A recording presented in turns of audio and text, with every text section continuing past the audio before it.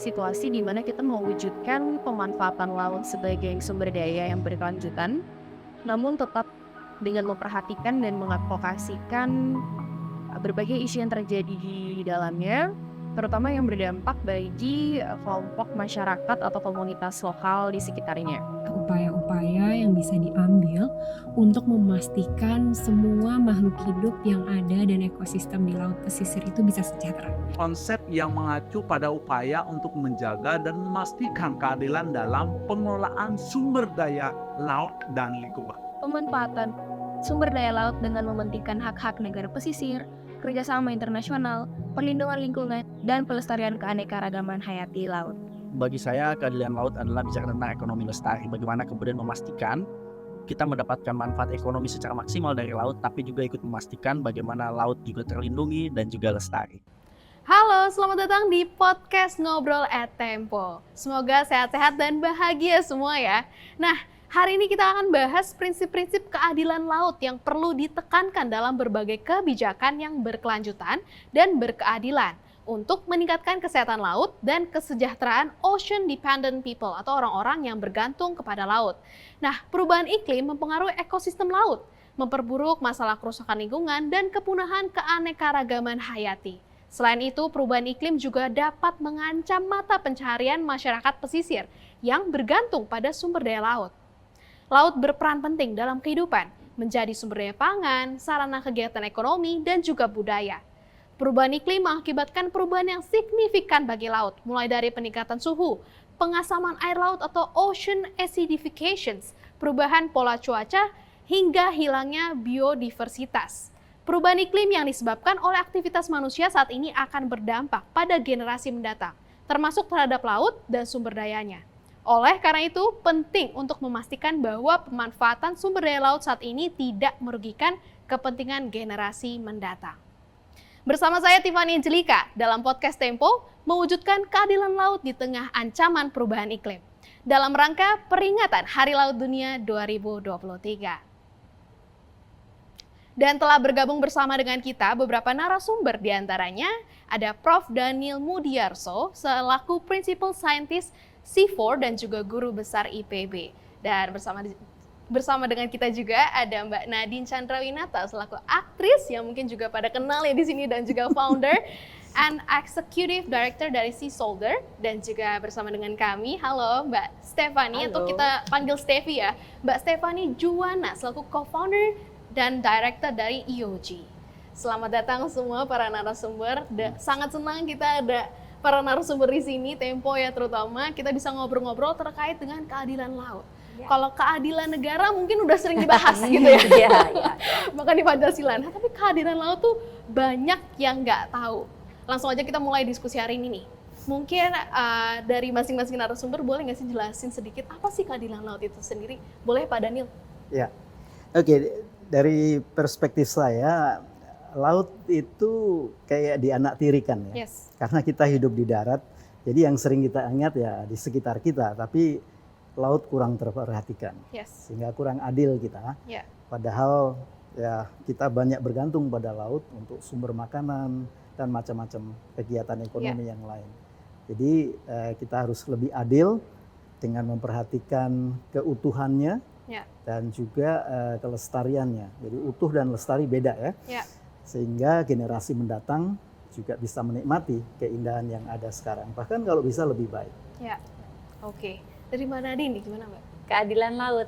Ya laut nggak punya mulut ya. Yang punya mulut kan kita. Jadi kita yang harus menjadi jembatan untuk lingkungan kita, baik itu di darat maupun di laut. Dan kita ini negara kepulauan yang semua end up-nya itu di laut, dan itu berasal dari sumber kita, dari daratan yang di mana kita berpijak. Nah, sebelum laut ini semakin terkoyak, eksploitasinya terlalu tinggi, makanya kita harus berubah di daratan di mana kita berpijak. Dan itu harus dimulai dengan kesadaran pada diri kita sendiri. Bahwa ada di otak kita mindset baru adalah menjaga laut itu kewajiban setiap orang untuk menjaganya, karena kita menikmati semuanya. Dan itu kita bisa menegakkan keadilan laut. Keadilan laut dalam arti ya kita bertindak secara bijak, karena laut tidak akan membutuhkan kita yang membutuhkan laut kan. Betul. Makanya kita nggak boleh gangguin laut aja, dan kita harus menjadi mulut untuk si laut ini biar orang banyak lebih menghargai apa yang sudah diberikan oleh Tuhan lewat laut. Yes, oke. Kalau Mbak Stevi, gimana Mbak keadilan laut itu? Keadilan laut mungkin kalau dari aku lebih ke point of view manusia yang bergantung pada lautnya. Kalau keadilan laut dari point of view tersebut setidaknya ada 3. Yang pertama adalah bahwa akses semua manusia itu untuk dapat memanfaatkan sumber daya kelautan dan perikanan itu sama. Jadi tidak ada yang memiliki akses yang lebih kecil daripada yang lainnya. Kemudian yang kedua, dampak yang dirasakan terhadap misalnya perubahan iklim, kemudian degradasi dari sumber daya kelautan, itu juga rata. Tidak ada satu pihak yang menjadi korban yang lebih besar daripada lainnya. Dan yang ketiga adalah laut jangan jadi juga menjadi kegiatan-kegiatan kelautan dan perikanan ini jangan sampai justru menjadi avenue untuk pelanggaran HAM. Contohnya kalau kita lihat ada anak buah kapal atau awak kapal perikanan yang mereka bekerja untuk di sektor perikanan malah menjadi korban dari pelanggaran hak asasi manusia. Ya, menarik ya. Kalau kita bilang keadilan berarti bukan tadi sudah di-mention soal wisata bahari misalnya keindahannya, hak asasi manusia. Tadi juga keberlanjutan dari generasi ya. Generasi mendatang mungkin udah pakai blue screen kali ya, kayak ya di belakangnya ada gambar laut doang tapi nggak bisa lihat laut. Kan kayak dinosaurus gitu kan.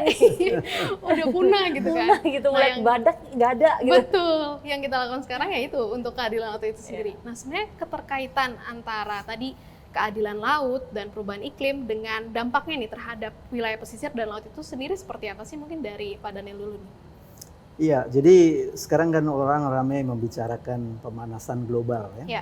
Yang disebabkan oleh meningkatnya konsentrasi gas rumah kaca karena kita membakar minyak bumi ya, fosil, menebang hutan dan sebagainya.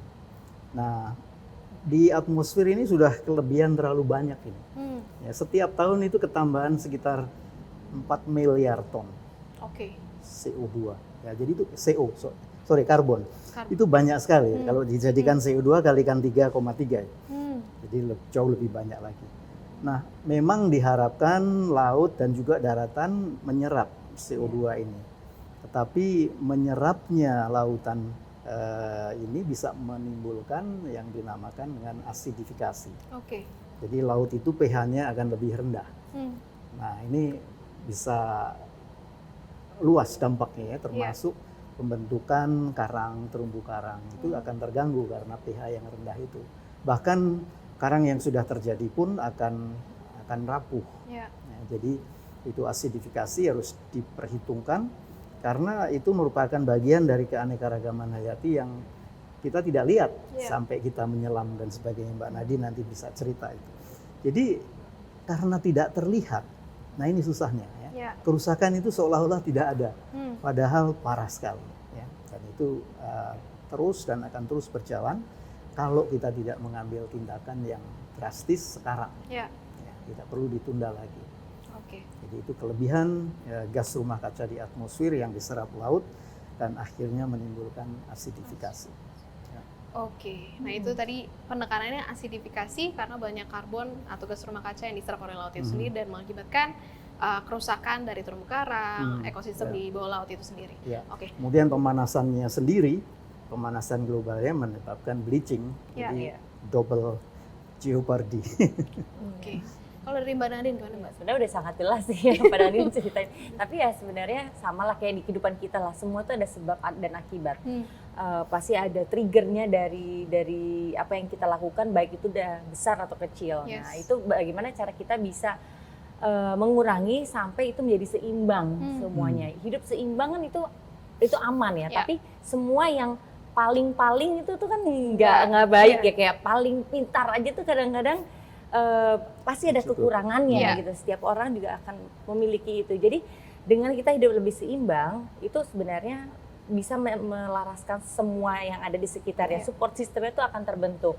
Nah kalau kita bicara tentang perubahan iklim sama pemanasan global, ini kan banyak juga yang mikir, ini yang mana sih yang manusia lakukan, perubahan iklim atau pemanasan global ya?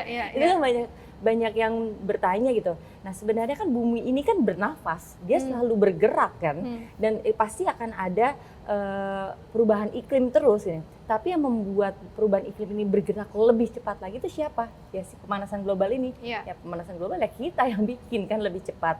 Pada akhirnya pun juga bumi akan tetap memanas gitu dengan banyaknya kegiatan, bukan kegiatan sih, ada perkembangan zaman, inovasi tinggi, terus teknologi juga tinggi, bukan hanya di Indonesia aja, itu pasti akan ada perubahan gitu. Tapi bagaimana menyeimbanginya ini supaya perubahan iklimnya tidak lebih cepat terjadi, tapi pasti tetap akan terjadi karena bumi ini bernafas sebenarnya. Bumi ini ada soul-nya gitu. Jadi kita manusia ini bagaimana menyimbanginya aja supaya bisa gimana ya, ada sedikit warisan untuk generasi berikutnya. Dalam arti memperlambat tadi perubahan iklim sendiri yang dampak-dampaknya tuh sangat cepat, yang harusnya mungkin penuaan kalau kita tua kan ada jangka waktunya ya. Ada anti-agingnya gitu ya. Ada anti-agingnya bahkan kita berusaha biar nggak tua gitu. Nah tapi bumi ya kan serum-serum gitu ya. Serum ya kan, kita berusaha banget buat nggak tua ya. Tapi ini bumi sendiri kita tuain, tanda kutip dipaksa buat tua, bahkan umurnya lebih pendek lagi dari yang seharusnya begitu. Nah kalau dari Mbak Stevi, Mbak gimana Mbak melihatnya? Kalau dari aku hubungan antara keadilan laut dengan perubahan iklim, juga kita melihat adanya ketidakadilan dalam arti dampak yang dirasakan oleh masyarakat itu, ada masyarakat yang merasakan dampak lebih besar daripada lainnya. Contohnya adalah masyarakat pesisir yang termarginalkan di Indonesia, itu merupakan kelompok masyarakat yang cukup besar juga di Indonesia. Dan mengapa mereka itu termarginalkan, mereka merasakan dampak yang lebih besar? Terkadang permasalahannya karena pertama mungkin mereka sendiri tidak tahu bahwa mereka itu adalah korban, mereka tidak tahu fakta-fakta saintifiknya ya Pak ya. Kemudian yang kedua, mereka tidak memahami bahwa mereka memiliki hak-hak yang seharusnya dipenuhi. Dan yang ketiga, kalaupun mereka mengetahui hak-haknya, mungkin mereka bingung cara memperjuangkan hak-haknya ini seperti apa gitu. Itu yang membuat mereka akhirnya semakin menjadi korban dari perubahan iklim dan ada ketidakadilan di situ. Menarik. Jadi sebenarnya dari ketidaktahuan itu secara tidak langsung mereka pun jadi yang benar-benar korban yang paling terkena dampak, tapi mereka ngerasa jadi korban begitu ya. Berarti tugas kita untuk mensosialisasikan, membela hak-hak para orang yang tinggal di pesisir tadi yang bergantung hidup pada laut ya. Ini tuh ada dua cara pendekatan, Fani. Yang pertama kita harus melakukan mitigasi. Jadi mitigasi itu mencegah penyebabnya. Yang kedua tadi yang diceritakan Mbak Stevi itu melakukan adaptasi. Jadi akibatnya sudah terjadi, dampaknya sudah terjadi, lalu bagaimana kita menyesuaikan, itu adaptasi. Jadi perubahan iklim selalu ada dua sisi. Jangan satu diutamakan, yang lain ditinggalkan. Itu nggak adil. Nggak adil. Dan laut juga sering dilihat seperti itu. Karena ya diminta untuk mengatasi masalah saja, padahal masalah yang timbul sudah banyak dan belum terselesaikan. Gitu ya. Jadi tadi contohnya kalau kita mau memitigasi itu, kurangi sumber penyebabnya, emisinya tadi, yang menyebabkan pemanasan global dan perubahan iklim. Nah adaptasi itu yang paling terasa itu ya, itu kenaikan muka laut. Betul. Dengan memuainya laut karena panas, mencairnya kutub karena suhu lebih tinggi, dari volume air laut itu meningkat. Dan itu diprediksi oleh para ahli sampai 2100 nanti sampai 1 meter naiknya. Nah, ini bagaimana ini kita beradaptasi gitu kan? Penghidupan masyarakat di pesisir, perumahannya dan sebagainya. Dan harus disiapkan sekarang, jangan ditunda.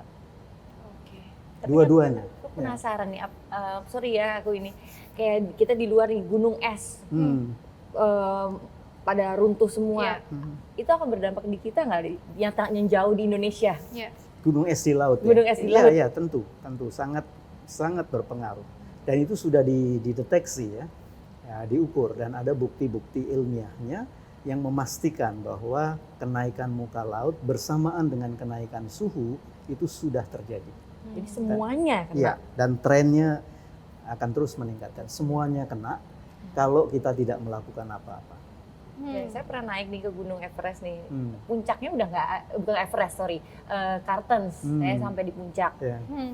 Puncaknya aja udah nggak ada esnya. Ya. Jadi harus ada di bawah-bawahnya itu baru ada. Tapi itu pun juga mencair terus netes-netes. Itu 5 tahun, 6 tahun yang lalu lah saya ke sana. Ya. Nah, Jadi volume air tambah banyak. ya kan? Jadi glacier itu ya. Nah, berarti ancaman terbesar ini sendiri kan tadi yang aku tangkap nih, selain tadi es di gunung es itu pada mencair, terus permukaan laut jadi naik. Tapi ancaman terbesar yang dampaknya paling kita rasakan itu berarti selain pulau-pulau yang mungkin belum ada manusianya gitu, yang tinggal pulau-pulau pada tenggelam, apalagi sih, Pak?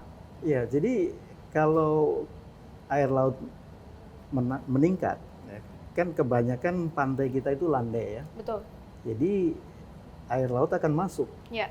sehingga yang dulu namanya halaman rumah kita terendam. Dulu namanya tempat kita beternak, bertani terendam. Dan terendam itu bukan oleh air tawar gitu ya. Ini air asin yang tidak bisa lagi diadaptasi oleh tanaman yang tidak tahan air asin. Jadi banyak sekali efeknya itu. Ya, rippling efeknya itu panjang. Ya. Nah, berarti ini ekspektasi dari Pak Daniel sendiri nih, dari obrolan kita, dan mungkin juga ya pengennya sih dengan adanya obrolan ini misalnya, kedepannya nih laut jadi seperti apa, dan mungkin prediksi tadi tuh yang kenaikan itu mungkin aja jangan terjadi deh, Tiffany, atau gimana? Kayak doomsday ya ceritanya. Ya, jadi kita punya harapan ya, kalau kita mulai dari diri sendiri, tadi sudah dimulai ya melakukan sesuatu.